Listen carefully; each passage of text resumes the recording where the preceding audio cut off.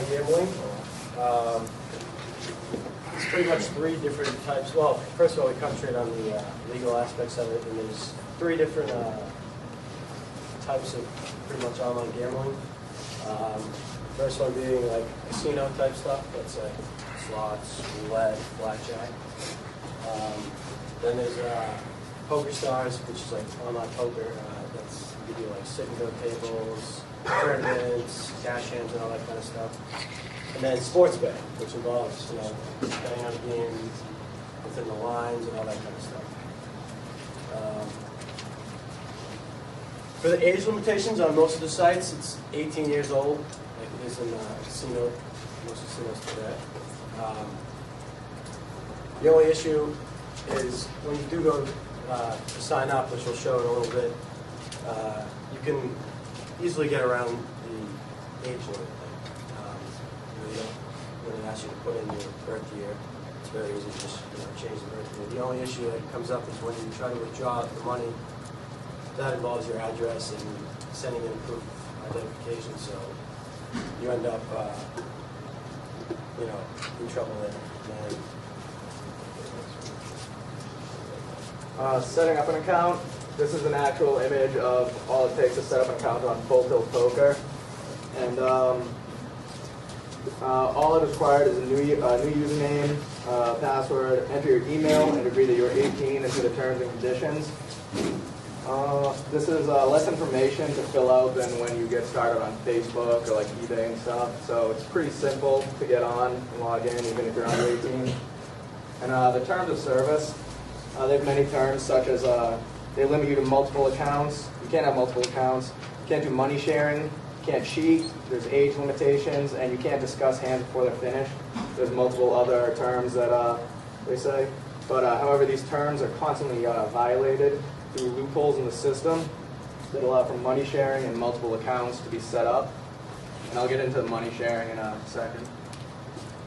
Depositing money, these two images right here are actual images of what it takes to deposit money. All you do is click make a deposit up there, and then it gives you your options.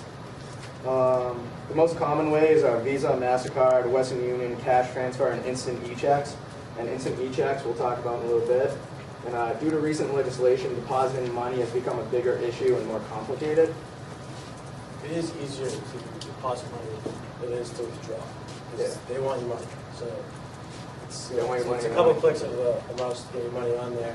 The withdrawal process involves sending out a lot of information much like this process. Due to legislation back in February of 2003 by the Justice Department, banks have begun to block customers from using bank-issued credit cards for online gambling. And basically for me, since I have Full Tilt and I have Bank of America, I'm unable to transfer money onto my account from my Bank of America because of this legislation. So I basically violate the terms of service because I go to my friends who have money in their accounts and I have them transfer it into my account, and then I pay them in cash for the money they give me. So once again, that's violating the terms, but it's one of the loopholes that Full Tilt and many other poker sites have. So with e-checks, it's pretty much one of the most common ways to deposit money online, because with the passing of the Unlawful Internet Act, which is the Unlawful Internet Gambling Act, which we'll talk about later, they reject those credit card payments. So most people are deposit with e-checks. What it requires is a bank routing number and a bank account number and an address, and it pretty much works the same way as a regular check, except for the funds. They get deposited pretty much instantly, and you can start using it right away.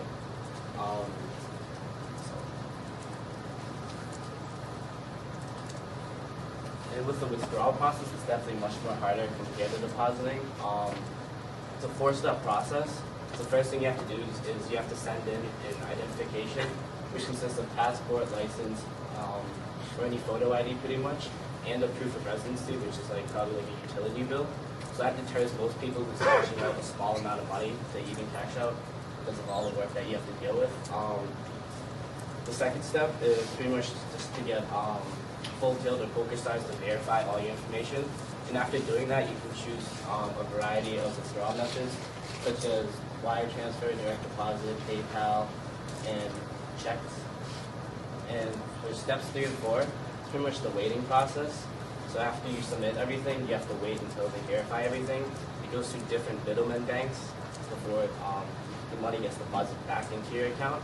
And if you ever look back online at your bank statements, it'll be like random letters and numbers in like a foreign different country depositing money into your account. To make it a little more simple, it's almost like, I bet on sports a lot. It's kind of like a triangle system that they have, I feel like. I mean, I don't know exactly all the intricate parts of it, but, you know, I deposit my money in with my debit card. When I want to cash out, I already have this on file, my ID and my proof of residence. So I send my, let's say I was going to cash out $50, I send like a withdrawal link to them. It goes to, they're supposedly, you know, they're offshore, they're not on the United States soil because that would be illegal. So they have a residence in another country where that gets processed, and then that money is then sent to my bank. I use Sportsbook, and I've never had a problem, but it usually gets put directly into my bank account, and I could be prosecuted if I really want to do this. That is technically illegal. Pretty much the first time this drawing can take up to months. And we have a link over here on through just the Full Tilt Poker forums. Because when I used to play, I had trouble with drawing. So I looked this up on the forums.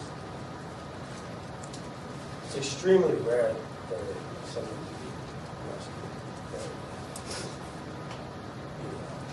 Pretty much this page used to have over 50 threads of people complaining about how hard it is to withdraw. I'm sure they skimmed it down now. It's only 5 pages now. But I know when I looked at it about 2 years ago, it used to be about 50 pages of people just complaining about how hard it is to withdraw. Also, most of the time when you withdraw your money, they charge you a fee from like $20 to $40. Yeah, depending on which form you use. A wire transfer is usually like a $40 charge. A lot of times it's websites will give you one free month, stuff like that. But And they also have minimum amounts that you can withdraw. So you have to play and gain up to a certain point before you can withdraw your funds.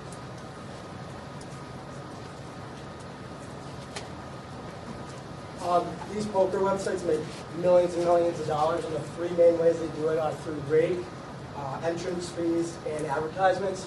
Rake is where you have a cash game in poker, and you get a percentage of that pot taken out every time. So say you have a pot worth $360, we'll take about $3 out of that hand. So it's 5 to 10% usually.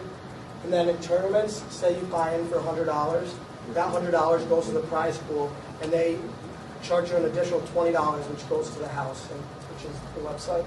And also through advertisements. And on their commercials, like during the World Series of Poker, they'll always say at the bottom, this is not a gambling website. And that's because they advertise for PokerStars.net and FullTilt.net. And so when you go to those websites, and you can play for free. But the websites that you play for money are FullTilt.com and PokerStars.com. So there's a little glitch, and that's how they get around it to advertise in America.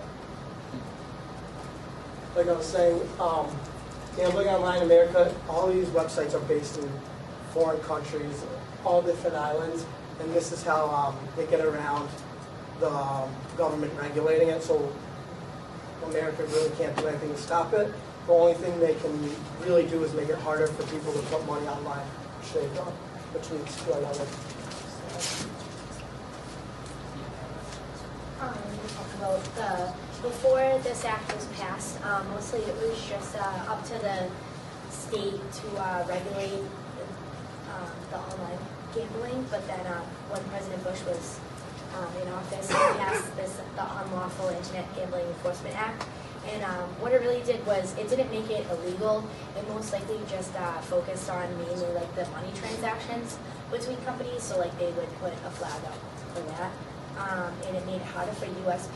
players to play because they wouldn't accept their transactions with their credit cards. One of the big businesses was the London Stock Exchange that stopped taking U.S. players altogether. the way I saw it was like the Yahoo case that we kind of just recently talked about with France, going against Yahoo for material that was on the website. It's hard for the U.S. to go after some of these websites because they're based in different countries. They don't have jurisdiction.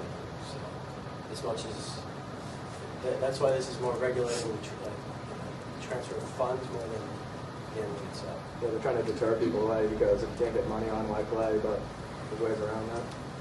And one of the only legal online gambling is with horse racing.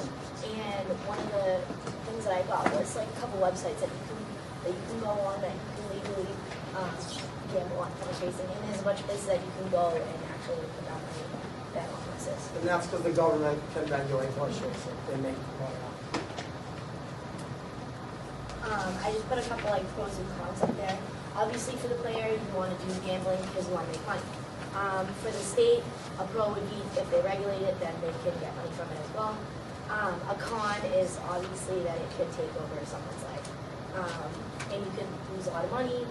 It could ruin.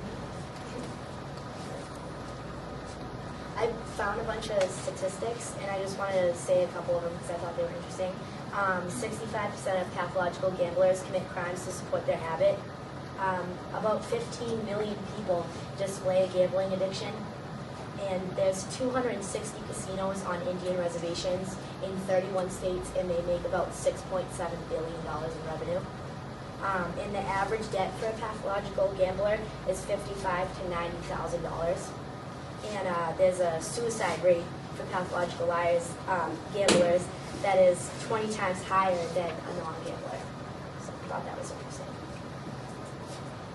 The whole thing is it's more online. Like gambling itself is making business stuff. It's when it goes to the online the issue as well. And, just because like how controversial it is, we're just gonna show you like how easy it is to sign in and like just like start playing a game of poker, just like even though you're supposed to be illegal and limited. And a lot of times starting up, making an account, they have incentives like if we'll 100%. match 100% on up to $600 that you put in. When you sign a friend up, you get $100. So they're trying to grow because depositing money's in the withdrawal funds. Like right now, I'm already logged in and ready to play, and you can just go find a table, and now you're just ready to play. Win money, lose money, but And I'm sure if you go through, you can see like what countries people Yeah, from all different places. You Yeah. never sit with just like all Americans. You're with like people from Turkey, Professor Harris Germany, talked about everywhere. it a couple weeks ago. He was watching his friends play, and there wasn't one person who would see it. I don't know. Just like sort of But yeah, that's basically how simple it is to just log on and just start playing poker online.